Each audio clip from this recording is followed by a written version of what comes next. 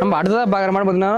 சுத்தமாக வந்து Jersey breed மாடுனா நல்ல கிளி கொம்பு வெள்ளட்டி கொம்பு வெள்ளை பால் கொம்பு சுழி சுத்தமான மாடு பல்லு ஆரே பல்லு தானா நல்ல ஹெவி சைஸ் மாடு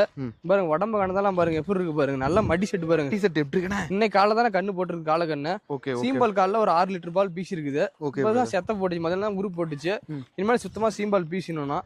நல்ல கறவு இதெல்லாம் 25 லிட்டர் சொல்லி கொடுக்கணும் யாருக்கு வேணாலும் மாடு எப்படி இருக்குன்னா தரமான மாடு நல்ல மடி செட்டு நல்ல காம்பு ரோஸ் காம்பு நல்ல இட வேலை இருக்குது பீசறதுக்கு நல்ல மாடு ஹெவி சைஸ் மாடுனா ஹெவி சைஸ் மாடு நல்லா ஒரே பியூர் செவல தானே அந்த மாடு ஒரு இடத்துல கூட வெள்ளை கருப்பு பிரச்சனை இருக்கானே ஃபேட்டஸ்னா பயப்பட தேவை அந்த மாடு ரெட்டை குறுக்கு மாடு நல்ல நெய் கட்டு மாடு அது நெய் கட்டு மாடு நல்ல ஒரு எலும்பு கூட தெரியாது மாடு நல்லா வளர்த்திருக்காங்க நல்லா மடி செட்டு காம்பர்ஸ் எல்லாம் பாருங்க பின்னாடி காட்டுங்க எப்படி இருக்குன்னு பாருங்க அட்டி எப்படி இருக்குண்ணே ஹெச்எஃப் மாடு ரெட்டை வரி மடி நல்லா இங்க பாருங்க இதா காம்பெல்லாம் கிட்ட நீவி கட்டுறேன் பாருங்க எப்படி இருக்குண்ணே மட்டியே பயங்கரமா இருக்கு மாட்டுக்கு மஞ்சள் மட்டி இருக்குண்ணே மடி ஹெவி நல்லா பயங்கரமா வந்துருக்குண்ணா